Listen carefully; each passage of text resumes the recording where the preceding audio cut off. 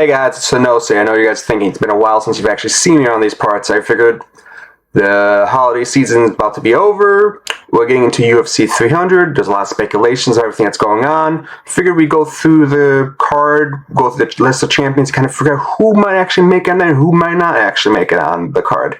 So let's go through the obvious picks first, who aren't going to make it.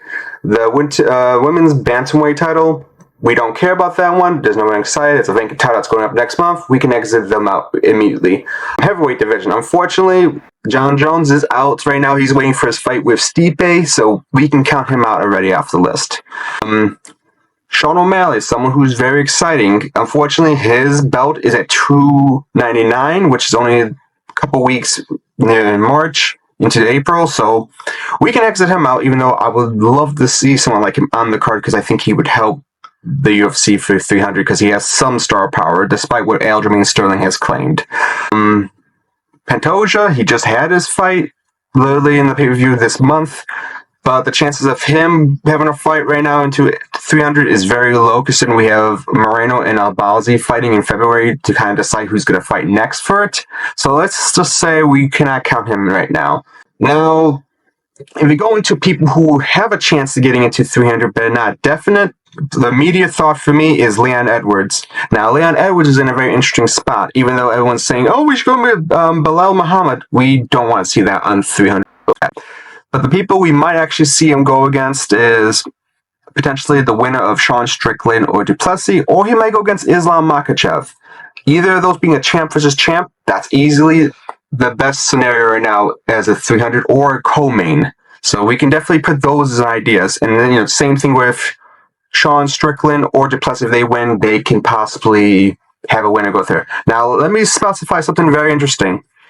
If Duplessis gets the belt and he's not injured, a person that I think they might try to rope for UFC 300 because of the potential implications is Israel Adesanya. Now, don't get me wrong, I cannot stand the man, but let's be honest, it would sell. But at the same time, those two individuals would sell for a UFC Africa card, which they might want to stow ahead for that as well. So, who knows? And as of right now, the most likely chance people we're going to see, I think this is, we're kind of going to the territory of people who are most likely. Pereira right now, Alex Pereira has a great chance. He has his whole thing with Jamal Hill. We could easily see that going on. If that falls through, we already have Yuri Prohaska on the card, so there's a substitute right there if things fall off, because there's always that chance. Look what happened to the infamous UFC 200. So we know that is always a chance. Another fight, which is a very fascinating one, is one with against Tom Aspinall, the interim champion. Now, I know what you're also thinking. Do we really want to see an interim championship at UFC 300? No. But it has enough juice, I think, that it could be placed somewhere in the middle if you had to justify it. At the same time, Tom Aspinall, since he is waiting for Jon Jones, and we know he's injured right now, and that's someone included, we're not going to see him already, he could go against Cyril Gane if it's not Pereira, and that's an interim title shot, and that gives you something to fit in there. Now, I know people don't really favor the women's fights. In terms of championships, Weili Zhang is talking to Grasso right now about a potential fight for her belt, or her belt. I don't know which belt it is, but I think a potential unification. Those two having a fight at UFC 300 is big enough, and they're not boring people, which is great because let's be honest, a lot of women MMA fighters are boring. But there's like 1% of the women on the roster that are fun to watch, and I think those two going at it means it's a good chance where we're going to actually see that. Now, there's also I didn't include him on this list, even though he does technically count. Justin Gaethje with the BMF title. He has a lot of options. We have potentially him with McGregor, him with Max, him against Islam Makhachev. So the lightweight title, I would say right now, has one of the highest chances, even though we got to remember one thing. Islam Makhachev is either, I believe, in the middle or ending Ramadan around that time. So that will be a tricky thing. Now, don't quote me. I'm not familiar with Ramadan much. I just know an idea where the season kind of goes into things. So we might see Islam Makhachev on UFC 300. But right now, if you ask me, it's either Pereira is probably going to be the main event. If it's not Pereira, it's something involving Leon Edwards right now. Those are kind of the ones I have. Now, the big elephant in the room is about Conor McGregor as well. He's not on this list. He's kind of on his own little tier list of himself. His little I don't know, makeshift heaven. I don't know how you'd word it, but you gotta realize one thing. McGregor makes money no matter what happens. However, McGregor also is pretty notorious at this point of, he ain't going to be sharing pay-per-view points. You'd have to throw a staggering number at him to convince him to be on a stacked card, because usually he will not be equal to other championship fights. The best option, in my personal opinion, to put Conor McGregor on the card would be against someone like Justin Gaethje for the BMF title, which wouldn't shake up too much, but would also give him a prime spot in case he wins. But honestly, I don't think he deserves to be on UFC 300 if it means stopping other title fights. And I know what other people are thinking. If we put 2 to 3 championships on this card, will we be messing up the rest of the year? Because we usually have to have a champion per card. Yes and no.